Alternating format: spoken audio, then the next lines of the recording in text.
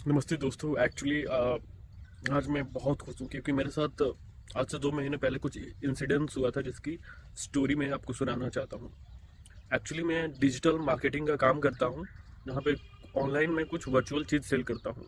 Suppose करो वो ई book था, तो मैंने एक ई बुक एक बंदे को यूपी में सुनहा सुनहा एक जगह होगा, वहाँ पे एक एक बंदे को मैंने एक डिजिटल प्रोडक्ट सेल किया था। प्रोडक्ट चला गया था, लेकिन फिर मेरी ही गलती थी, प्रोडक्ट डिलीट हो गया मेरे से। उस बंदे ने मेरे पास डायरेक्टली कांटेक्ट नहीं किया। सामने वाले के पास मेरा कांटेक्ट नंबर था, वो चाहता तो मेरे से कांटेक्ट कर सकता था, लेकिन सामने वाले ने डायरेक्टली 200 रुपये के डिजिटल प्रोडक्ट के लिए कंप्लेन कर दिया। कहाँ पे? 1930 पे कॉल करके आप साइबर क्राइम कंप्लेन करवा सकते हो अगर आपके साथ भी कुछ भी ऐसा फ्रॉड फ्रॉड हो रहा है, कुछ मनी से रिलेटेड कुछ फ्रॉड हो गया, इसने अपने अकाउंट में पैसे ट्रांसफर करवा लिए और आपके पैसे गलती से कहीं चले गए, वो दे नहीं रहा है, आपके साथ फ्रॉड हो गया, इन सब चीज़ों से रिलेटेड कंप्लेन करना हो तो 1930 पे कंप्लेन कॉल करके आप भी कंप्लेन कर सकते हो कि मैंने आज इतना बजे यहाँ पे ट्रांजेक्शन कर दिया है और वो फ्रॉड ट्रांजेक्शन हुआ है, तो पैसा फ्रीज हो जाएगा। तो यही चीज़ मेरे साथ हुआ था। किसी ने कंप्लेन कर दिया था और मैंने अपने स्लाइस बैंक अकाउंट में पैसे रखे थे, थोड़े बहुत ज़्यादा पैसे थे, ठीक ठाक पैसे थे, उसमें मैंने रखा हुआ था। तो सिर्फ 200 के लिए मेरा पूरा का पूरा स्लाइस बैंक जो है, मेरा पूरा का पूरा बैंक फ्रीज हो गया। पार्शियल फ्रीज नहीं हुआ था, सिर्फ 200 रुपये फ्रीज नहीं हुआ था, मेरा पूरा का पूरा अकाउंट, स्लाइस का अकाउंट पूरा का पूरा फ्रीज हो गया। उसके बाद जब मैं मॉर्निंग में उठा अगले दिन मैंने नहीं देख पाया कि ऐसा कुछ हुआ है, लेकिन 2-3 दिन बाद जब मैं देखा कि मेरा पूरा का पूरा स्लाइस का बैंक अकाउंट फ्रीज हुआ है, तो मेरा बहुत ज़्यादा टेंशन में आ गया था। मैं बहुत ज़्यादा हाइपर टेंशन हो गया। मैंने हर कोशिश की स्लाइस बैंक को अनफ्रीज करने की, मैंने कस्टमर केयर से बातचीत की, मैंने बहुत सारी चीज़ें की और एट द एंड मेरा अकाउंट अनफ्रीज नहीं हुआ। और ये सारी चीज़ें मैंने अपने कुछ दोस्तों को बताया, कुछ बड़े भाइयों को बताया। तो उन उन लोगों से मेरे को क्या सलाह मिलता है कि उनके दोस्तों के साथ भी ये सेम चीज़ हुआ है या उनके साथ भी हुआ है। 1000-1500 रुपये के लिए उनका बैंक अकाउंट फ्रीज हो गया है और आज तक उनका बैंक अकाउंट कभी अनफ्रीज नहीं हुआ है, वो कभी अनफ्रीज करवा ही नहीं पाए।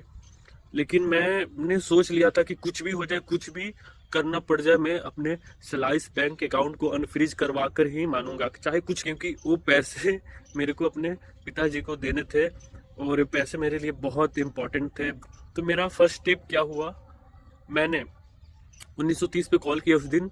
और जब 1930 पे कॉल किया तो कस्टमर केयर ने कॉल उठाया और बताने लगे, उन्होंने पूछा कि आपका अकाउंट नंबर क्या है। मैंने अपना अकाउंट नंबर बताया, जो भी था मेरा स्लाइस का अकाउंट नंबर। तो उन्होंने बताया कि आपके बैंक अकाउंट के अंदर 200 रुपये का ट्रांजेक्शन हुआ है इस पर्टिकुलर डेट को। तो मैंने समझा कि हाँ, हुआ था। और 200 रुपये के लिए आपका पूरा का पूरा बैंक अकाउंट फ्रीज कर दिया गया है यूपी साइबर क्राइम डिपार्टमेंट द्वारा। मेरे उसमें बहुत सारे पैसे थे। तो फ्रीज होने के बाद उन्होंने 1930 पे, जहाँ पे मैंने कॉल किया था अपने बिहार के साइबर क्राइम ब्रांच पे, उन्होंने मेरे को यूपी के साइबर क्राइम ब्रांच जहाँ से कंप्लेन हुआ था वहाँ का एसएचओ का नंबर दिया। मैंने वहाँ पे कॉल किया और सारी चीज़ें बताई कि मेरे साथ ऐसा ऐसा हुआ है। तो उन्होंने बताया कि अगले दिन कॉल करो और मैं आपका तुरंत हैंडल कर दूंगा, सारी चीज़ें सॉल्व करके आपके स्लाइस बैंक अकाउंट में जो भी 200 रुपये आए हैं आप उसको सामने वाले को भेज देना और मैं आपका अकाउंट तुरंत अनफ्रीज करवा दूंगा। मैंने अगले दिन कॉल किया तो सर ने मेरा आधार कार्ड नंबर और मेरा बैंक का डिटेल मांगा, मैंने दे दिया।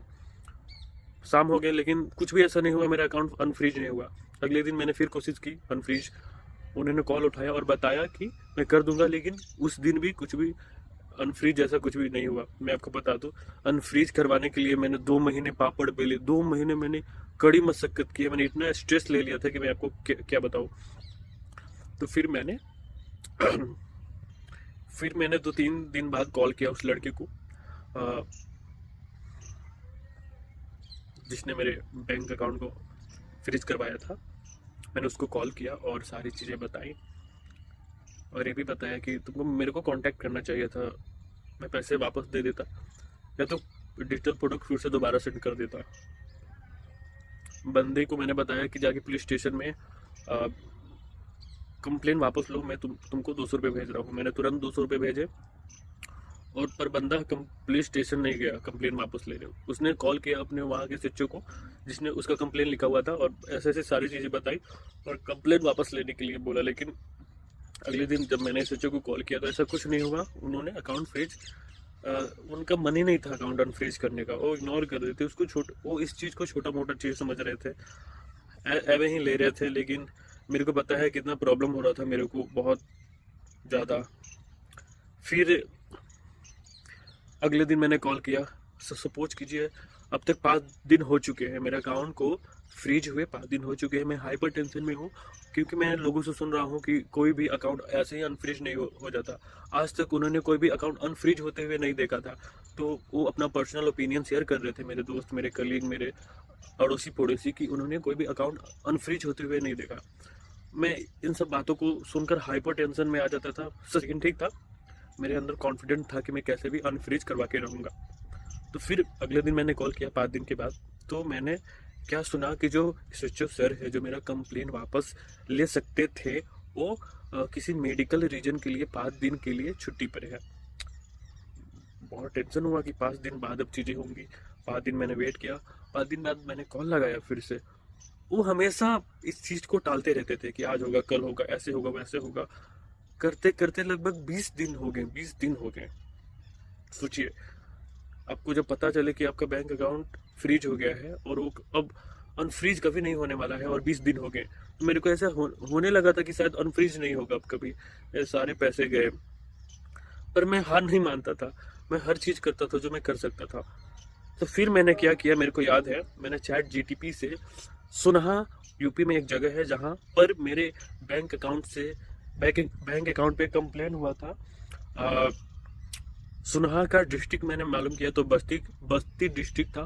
तो मैंने चैट जीपीटी से बस्ती डिस्ट्रिक्ट के साइबर क्राइम के मेन हेड ऑफिस के मेन जो भी वहाँ का सबसे जो सीनियर पुलिस ऑफिसर होगा उसका नंबर निकलवाया।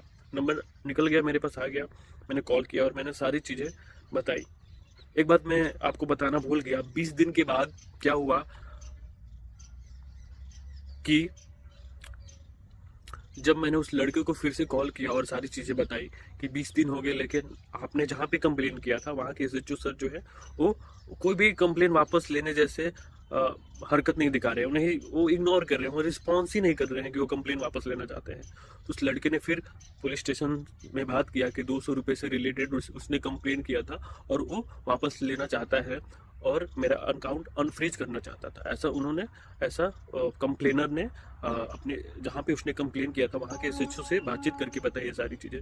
फिर मेरे को अचानक से उस कंप्लेनर का कॉल आता है और वो अचानक से ही बोलने लगता है कि 200 रुपये नहीं भेजे थे, 2000 रुपये भेजे थे, ऐसा वो बोलने लगता था।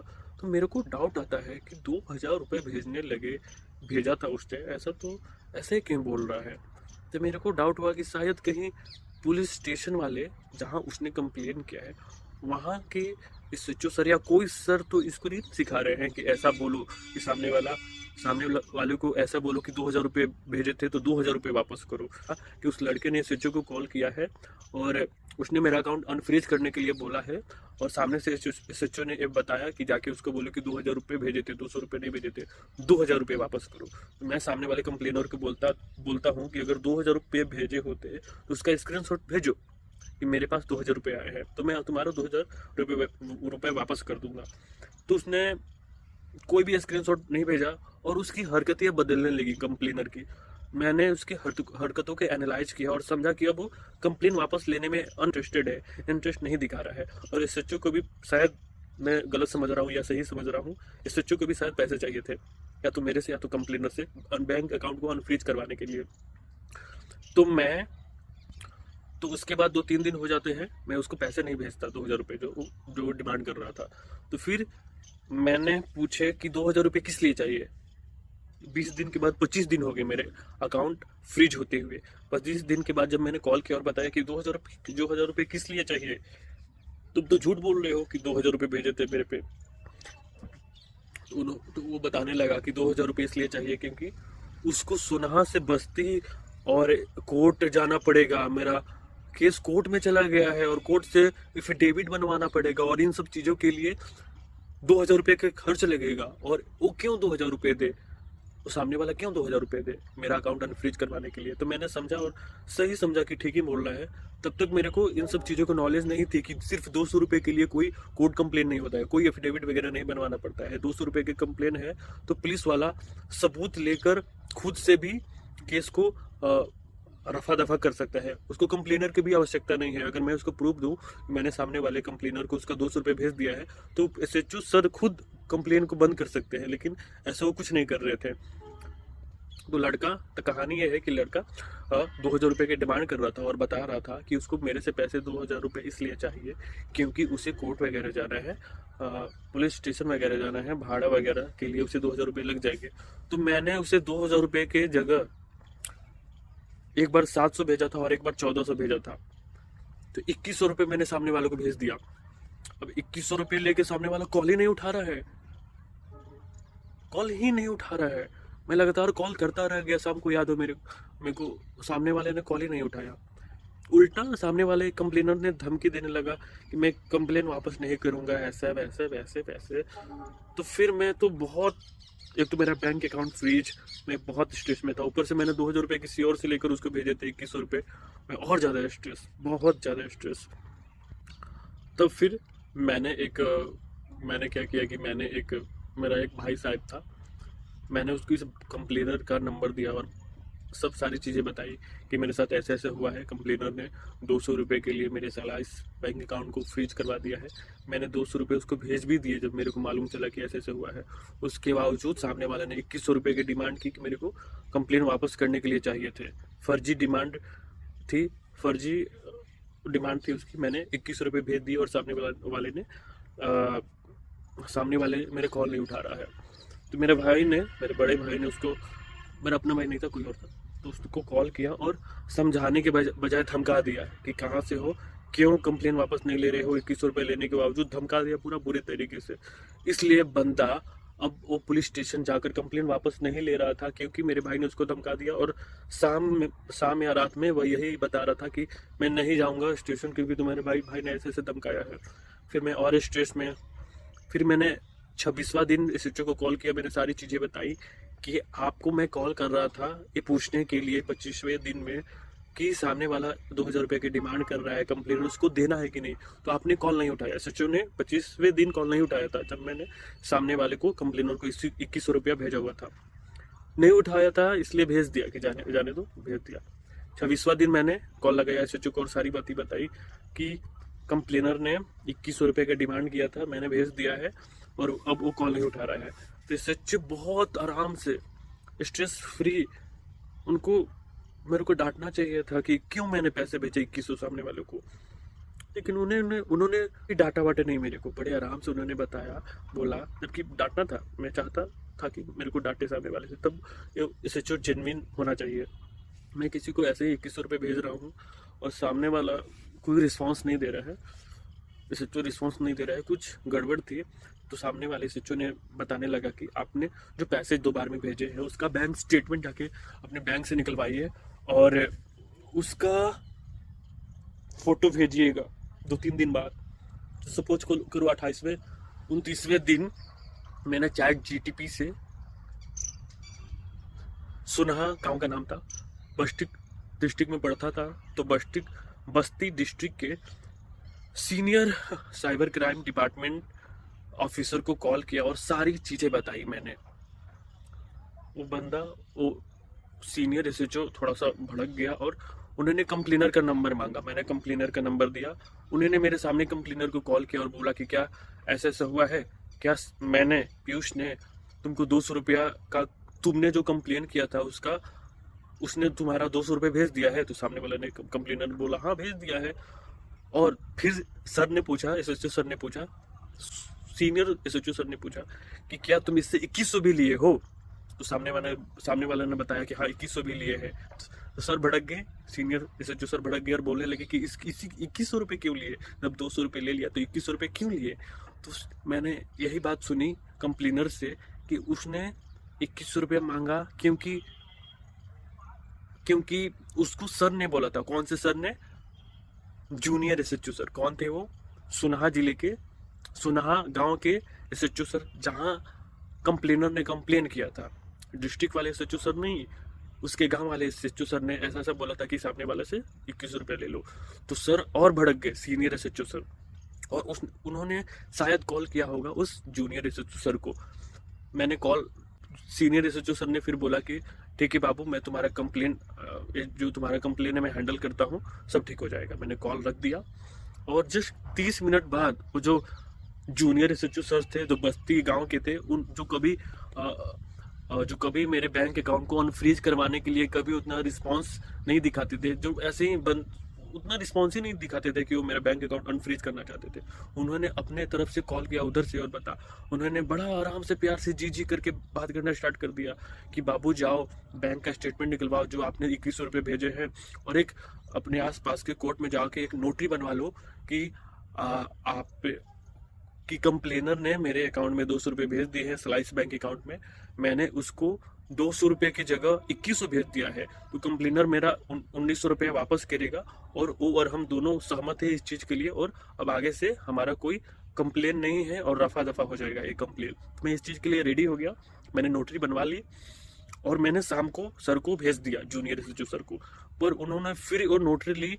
और एक और चीज मैं बताना आपको भूल गया कि जब मैं 2100 रुपया सामने वाले को भेजा था मेरा कंप्लेन वापस लेने के लिए, तो जब उसने कॉल नहीं उठाया तो मैंने उसी दिन कॉल किया था 1930 पे, बिहार से कॉल किया और सारी चीज़ें बताई अपने साइबर क्राइम डिपार्टमेंट को 1930 पे कॉल करके कि मेरे साथ ऐसे ऐसा हुआ, मेरे बैंक अकाउंट में 200 रुपये आए थे, मैंने 200 रुपये उसको भेज दिए थे उसी दिन, लेकिन अब वो 2000 रुपये की डिमांड करने लगा। मैंने 2000 रुपये की जगह 2100 भेज दिए और अब सामने वाला कॉल नहीं उठा रहा है, तो मैंने उस 2100 रुपये पे कंप्लेन कर दिया साइबर क्राइम डिपार्टमेंट में जो मैंने भेजे हुए थे। यही सबसे बेस्ट चीज मैंने की थी, यही सबसे बेस्ट चीज मैंने की थी।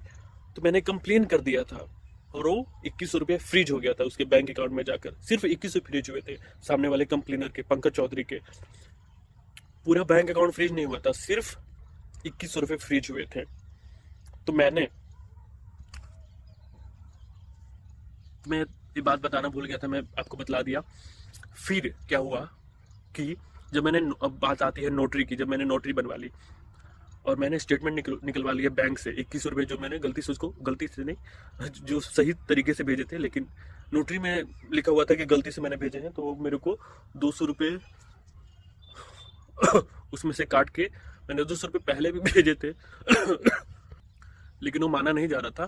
तो क्या हुआ फिर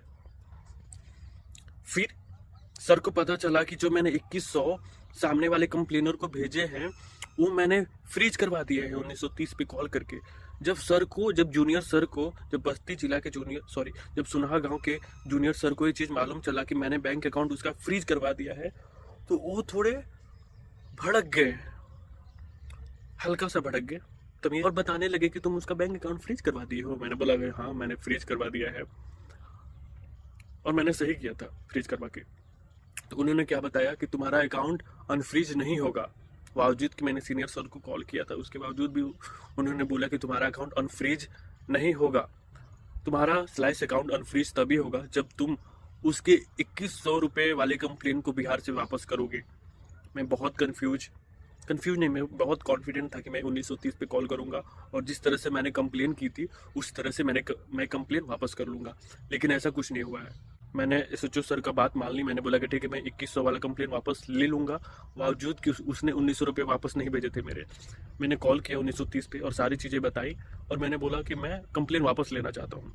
तो 1930 वाले मेरे साइबर क्राइम डिपार्टमेंट वाले ने बताया कि आप ऐसे कॉल करके 1930 पे कंप्लेन वापस नहीं ले सकते, आपको अपने आसपास के साइबर क्राइम डिपार्टमेंट में जाना होगा और आपको दिखलाना होगा सबूत कि सामने वाले ने पैसे भेज दिए हैं और इसलिए आप 2100 वाला कंप्लेन वापस ले रहे हो। पर क्योंकि मेरा साइबर क्राइम डिपार्टमेंट लगभग 50 किलोमीटर दूर था, डिहरी था, सर्च कर लेना डिहरी रोहतास, इसलिए मैं घर पे बैठे ही वहाँ के डिहरी के एसपी सर को और वहाँ के डिहरी के मेरे साइबर क्राइम डिपार्टमेंट के एसएचओ सर को मेल करता हूँ और सारी चीज़ें मेल में लिख देता हूँ। मैं मेल आपको दिखला दूंगा, स्क्रीनशॉट कि क्या मेल था, मैंने मेल भेज दिया कि मेरे को कंप्लेन वापस लेना है। मेल का जवाब नहीं मिला। फिर मैंने डिग्री के रोशन एसपी सर को कॉल किया और मैंने बोला कि मेरे को एक कंप्लेन थी साइबर फ्रॉड से रिलेटेड, जो मैंने की थी वापस लेनी है। और वो बताने लगे, उस टाइम बिहार में इलेक्शन था, कि अभी वो इलेक्शन में बिजी हैं और वो अभी वो काम नहीं कर पाएंगे, बाद में कर देंगे। तो मैं फिर से कंफ्यूज, अब तक लगभग 30-35 दिन हो गए थे मेरा अकाउंट अनफ्रीज हुए, और मेरे को थोड़ा थोड़ा लगने लगा था कि मेरा अकाउंट अब अनफ्रीज नहीं होने वाला है। थोड़ा थोड़ा लगने लगा था और मैं दुखी होने लगा था, क्योंकि कंप्लेनर भी अब मेरे तरफ नहीं था, बावजूद कि उसने 200 और 2100 रुपए लिए थे। वहाँ के एसएचओ सर, जहाँ पे कंप्लेनर ने कंप्लेन किया था, वहाँ के सोनाहा के एसएचओ सर भी अब उतने रिस्पॉन्सिव नहीं थे जितने उस शुरुआती दिनों में थे कंप्लेन वापस लेने के लिए और अनफ्रीज करवाने के लिए मेरे बैंक अकाउंट को। मेरा साथ सिर्फ एक एसएचओ, सीनियर एसएचओ सर ने दिया था, जो बस्ती के थे।